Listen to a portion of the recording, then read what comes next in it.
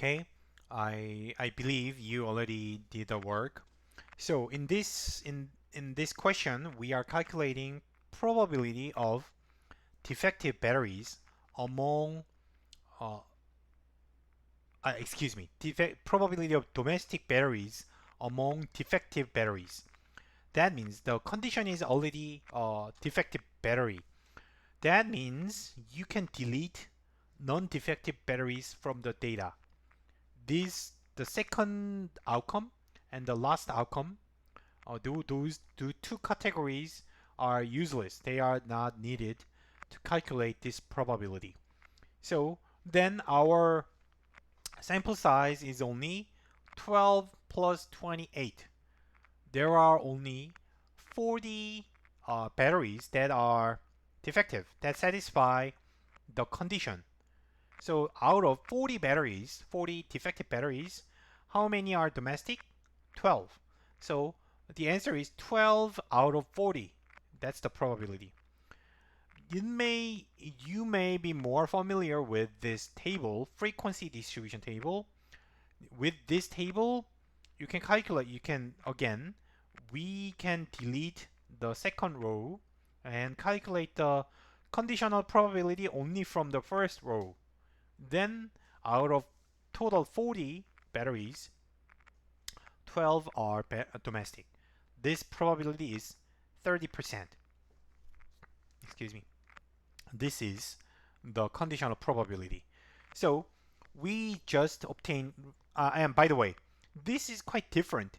So this probability is totally different from all the probabilities we obtained. Originally, the probability of domestic batteries, was 60%, but among defective ones, the probability of the proportion of domestic batteries is decreased to only 30% because the defect rate is much lower than imported batteries. That's why we have a different probability here, right? So what we did is we are flipping the role of D and F. Earlier we learned the probability of F given D, which was 2%, but now we got D given F, which is 30%. So you have to distinguish the order. If you change the order, the probability is totally different. So it's already shown again here.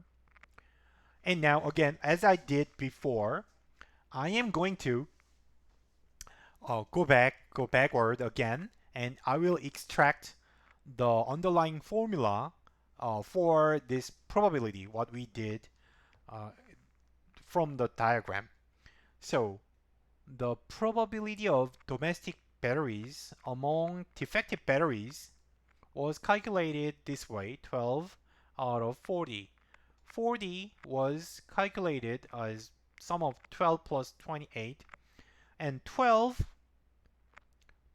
was the result of 2% times 600, right? So 2% out of domestic batteries.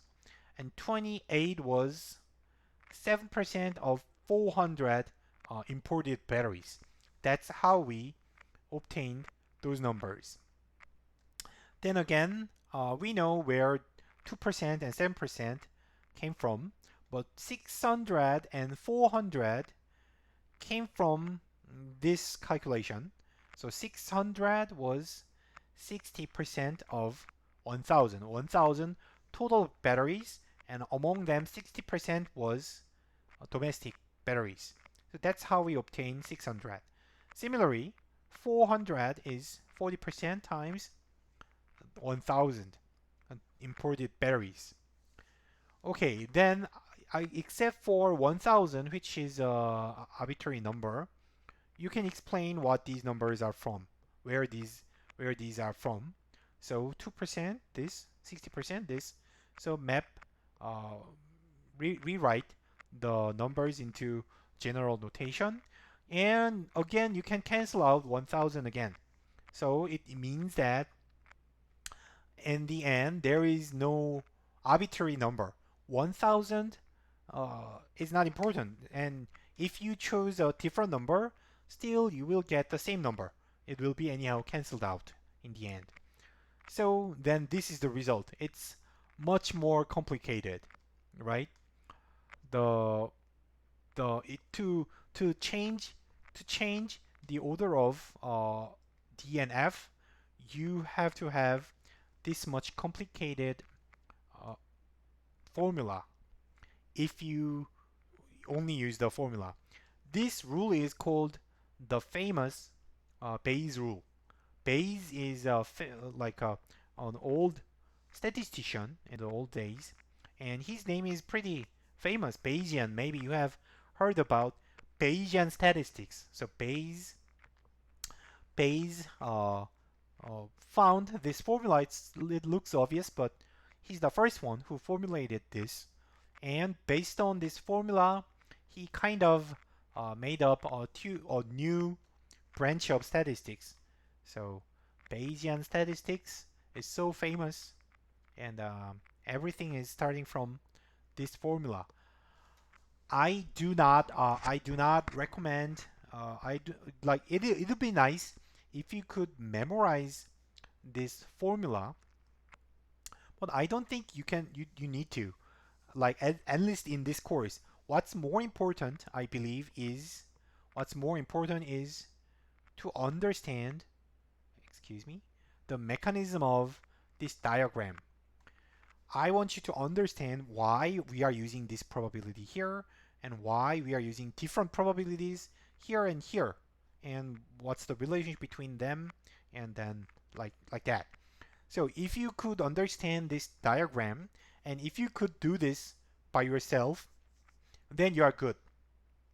Then it may take more time to do the algebra, but in the end, you will never forget this. So formula, even if you do not memorize the formula, you'll be totally fine. So formula is not simple at all. So it's not easy to understand what's going on here, right? I'm not going to explain what why we got them. So I encourage you to understand the underlying intuition rather than memorizing the formula. That's what I want you to do. Here, anyhow, basically the Bayes rule changes the condition and main event. That's what we are doing here, right? So, uh, so we just obtained a formula, and we may connect the formula to our definition. So remember, this conditional probability was defined in this way. Denominator is the size of the uh, probability of the conditioning event, and numerator has intersection. And so that's the first step. The first step is the definition, and the second step, this is the general multiplication rule we learned last time. So the probability of intersection can be written as the multiplication of these two probabilities, right? That's the end of the so we have done, we completed the numerator, and then denominator probability of A can be written this way, which is what we did like minutes ago in the previous video. We extracted this formula from the diagram too. So using these three formulas, we obtain Bayes rule.